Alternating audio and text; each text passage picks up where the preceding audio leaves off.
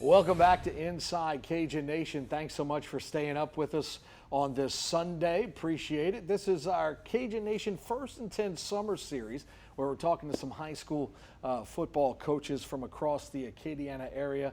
And this is, of course, Acadiana High School head coach Matt McCullough. He joins us this week and to talk a little bit about how great Acadiana High football is, because what do you have? 1, 2, 3, 4, 5, 6 state championships? Yeah, and, 1-6. And looking for more. You've been on the staff for all of those, or? No, I've actually was the head coach for the last two. Right. I actually started after they won the fourth one the year after. So. Gotcha. Okay. So yeah, for but 19 you were the and 20. baseball coach for a while, right? I was a baseball coach for 3 years, but it was 15, 16, 17. Gotcha. Yeah. Okay. All right. Well, good stuff. Striker Trahan, or did you? No, coach that him? was right before me. Right before you. Okay. Well, I knew he committed to Ole Miss, and then it made me upset a little bit that he decided to go pro, but I let things go, people. I really do. I let things go. Coach, obviously Acadiana, a rich tradition with regards to football, and had some phenomenal talented players. Allie Broussard, just to name one of a plethora. Jacob Cotrera, just the list of great talent that comes through. What is it about this area that you guys are able to kind of just hone in and have coach those guys up to be as good as they are? I mean, I know they got to have the talent, but they also got to have some coaching, right? Yeah, I think there's a lot of really good football players in Lafayette. As you see, there's a bunch of schools that have some guys that go off and play. We have the opportunity to, our administration has did a good job of giving us a bunch of coaches. I think we have 16 or 17 varsity football coaches, which is a big deal for our kids. A lot of those guys are bought into the school, bought into making those kids better football players and better students. So that's a big part of it too. But again, you have to have guys that are great athletes. Guys of that caliber have to be great athletes, great students to get to that point. But yeah, it's a bunch of different things, and I also think there's a bunch of good football players in Lafayette. Yeah, absolutely. And one of the cool things, I've been here a while, over 2 decades, as we were talking about earlier, 21 years I've been here. But one of the great things that I've seen in this area, because I worked in Mississippi for about 5 years in Lake Charles. The crazy thing about this state is the coaching in the high school level.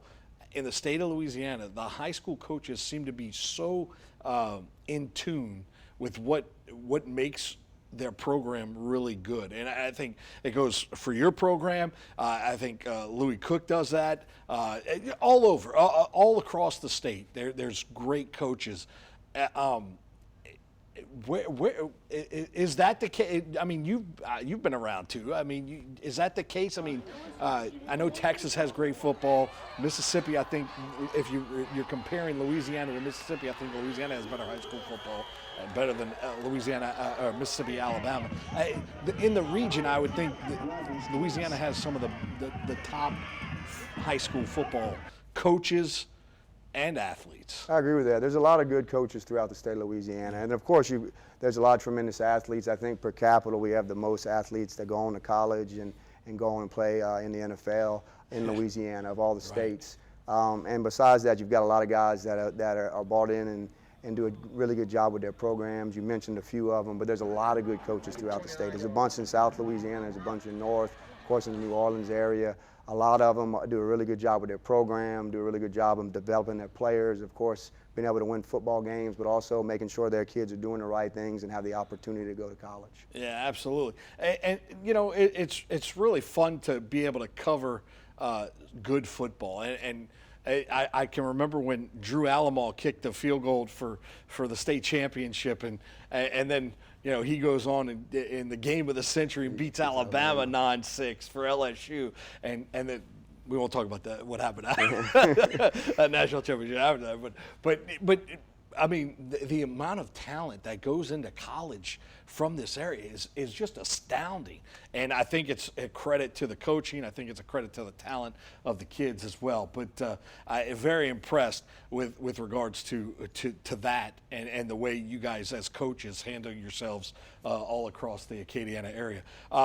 When you talk about the postseason, there's a lot of question marks with regards to that. I had a chance to ask Josh Fontenot a little bit about it the last time I did this, and he talked about it. Just curious on your thoughts about how you think the postseason. Should they go back to, get rid of all classes, 5A, 4A, and do divisions?